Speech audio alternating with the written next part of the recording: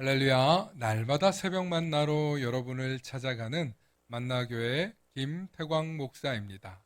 오늘도 하나님의 말씀을 통해 하나님의 은혜와 하나님의 지혜가 충만하시길 소망합니다. 오늘 우리에게 주시는 말씀은 이사야 54장 11절로부터 14절의 말씀입니다.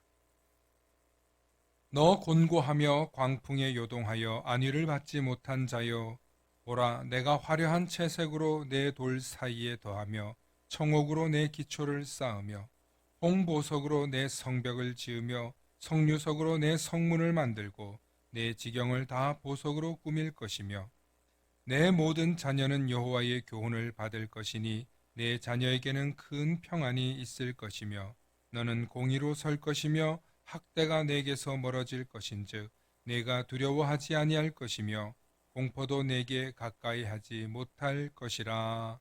아멘.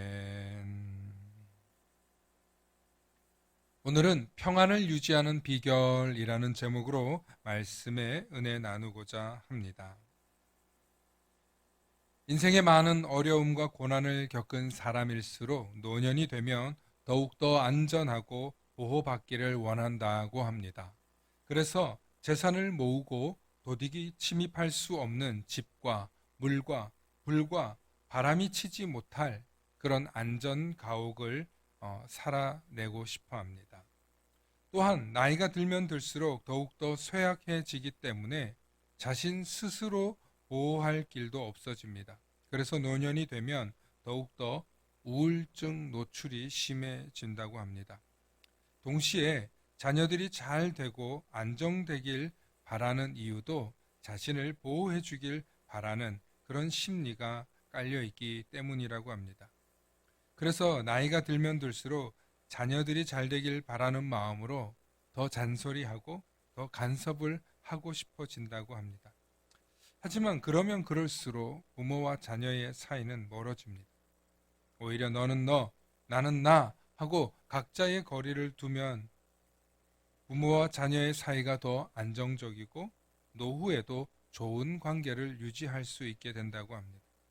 하지만 대부분의 부모들은 독립한 자녀를 멀리 떨어뜨려 놓으면 불안하고 염려가 된다고 합니다. 그래서 노년이 되면 평안에 대한 불안과 미래에 대한 불안 지수가 점점 높아진다고 합니다.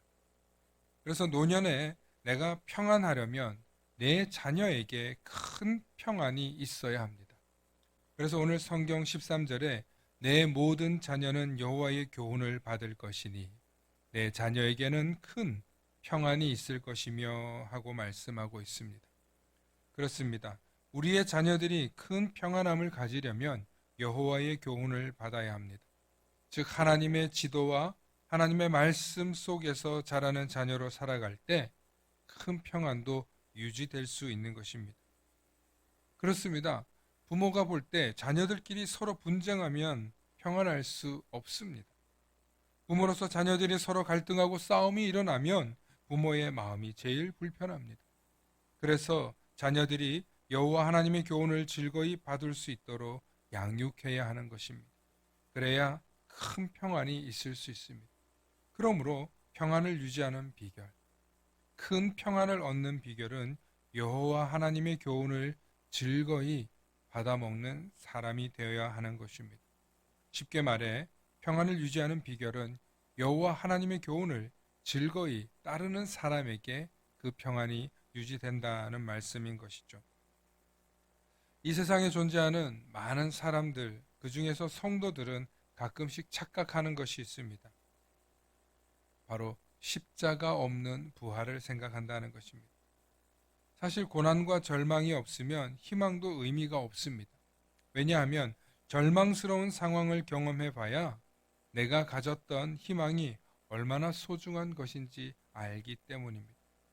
많은 성도들이 희망이 얼마나 소중한 것인 줄 몰랐다가 고난과 역경과 실패를 경험하고 난 뒤에야 내 속에 희망이 있다는 것이 얼마나 고귀하고 소중한지 깨닫게 됩니다.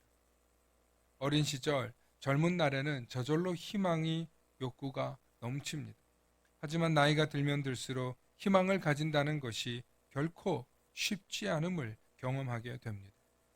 그래서 하나님의 살아계심을 믿고 하나님의 말씀을 붙들어야만 살아낼 수 있고 나이가 들수록 희망을 유지하며 살아가게 되는 것입니다. 세월이 흐르고 인생의 여정이 길면 길수록 대부분 직접적으로나 간접적으로 경험하는 것이 많습니다. 다양한 경험들이 있기 때문에 인생의 별 흥미를 못 느끼고 새로움을 느끼기도 어려운 것이 노년의 삶이고 노화의 일종의 현상입니다.